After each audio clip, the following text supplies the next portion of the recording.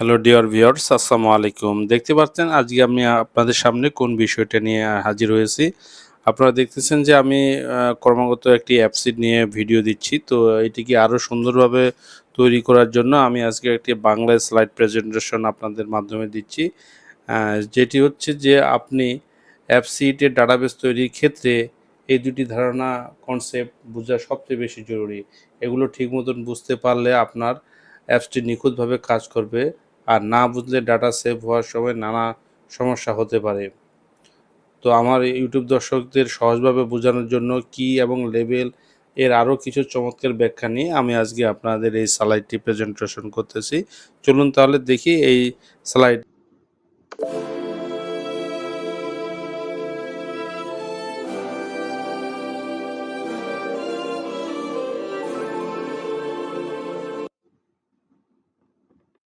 কি আছে।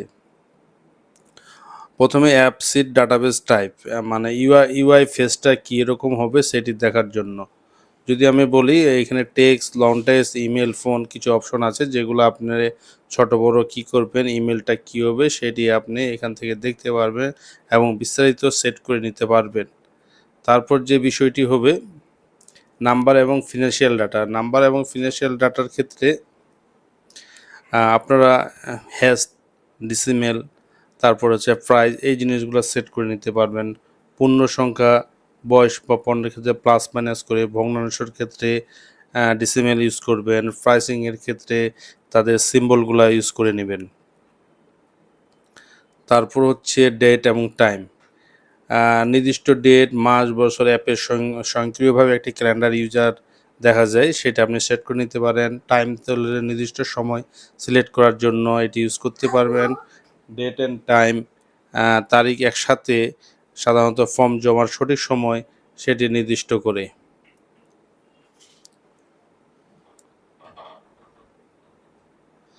তারপর হচ্ছে চয়েস অ্যান্ড লিস্ট, মানে এটি একটি গুরুত্বপূর্ণ বিষয়। এটি আমার ভিডিওতে দেখবেন, এটি বরাবরই আপনাদের অনেক কাজে লাগবে। এই তিনটি অপশন এনাম লিস্ট আর ইয়েস অর নো। এনাম হচ্ছে ড্রপডাউন বাটন, ব্যবহারকারী এখান থেকে শুধুমাত্র একটি অপশন সিলেক্ট করতে পারবেন। আর এনাম লিস্ট হচ্ছে একাধিক অপশন আপনি সেট করতে পারবেন এবং আপনার পছন্দের লিস্টটি তৈরি করে নিতে পারবেন। ইয়েস নো হচ্ছে সহজ অ্যাপের ভিতরে একটি সুন্দর টগল সুইচ বা বাটন পরিণত হবে, এটি দেখতে অনেক চমৎকার হবে অ্যাপসটি আপনার। তো মিডিয়া অ্যান্ড অ্যাডভান্স, এই মিডিয়া অ্যান্ড অ্যাডভান্সের ক্ষেত্রে আপনি অ্যাপসটিতে আপনার ছবি তুলতে চাইলে, ইমেজ সিগনেচার দিতে চাইলে বা রেফারেন্স অ্যাড করতে চাইলে, দুইটি ডাটা টাইপের মধ্যে লিঙ্ক করতে চাইলে এই তিনটি অপশন দিয়ে কাজ করে। তো আপনারা যখন তৈরি করবেন তখন এই অপশনগুলা ইউজ করে যেই কাজের জন্য ইউজ করবেন সেই কাজটার জন্য এইটাই হয় সেটাই দেখে নিতে পারবেন।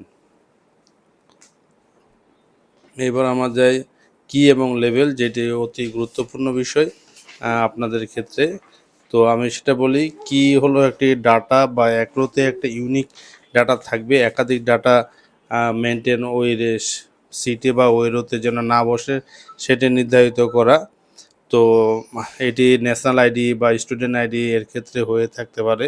তো আপনারা যখন এটি কাজ করবেন তখন এটি আপনারা দেখবেন যে অন্য কোনো ডাটা পড়লে সেটিকে নিবে না এবং আপনার শুধু ইউনিক ডাটাটি নিবে। ডিসপ্লে লেভেল বা ডিসপ্লে নাম। লেভেল হলো একটি ডাটার মানুষের পড়ার যোগ্য বা হিউম্যান রিডেবল নাম। কি তৈরি হলো কম্পিউটার বোঝার জন্য, আর লেভেল তৈরি হলো ব্যবহারকারী দেখার জন্য। অ্যাপসটি ড্রপডাউন মেনু, ম্যাপ, পিন এবং লিস্টের মাধ্যমে লেভেল দেখা যায়। ফার্স্ট নেম বা প্রোডাক্ট নেমের মতো কলামগুলোকে লেভেল হিসাবে ব্যবহার করুন। এগুলোকে একসাথে কিভাবে কাজ করে, রেফারেন্স ডাটা টাইপ, ব্যাকএন্ডের ম্যাজিক।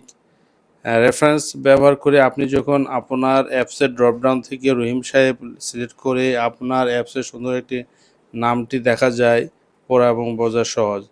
আর কিন্তু সেভ করার সময় অ্যাপসটি নামটির সেভ না করে নীরবে আরও কিছু যে জিনিসগুলো আপনি যে পয়েন্টগুলো আপনি সিলেক্ট করে রাখছেন সেগুলা সেভ করে রাখে। তো আজকে এই পর্যন্তই, ভালো থাকবেন, আল্লাহ হাফেজ, আসসালামু আলাইকুম।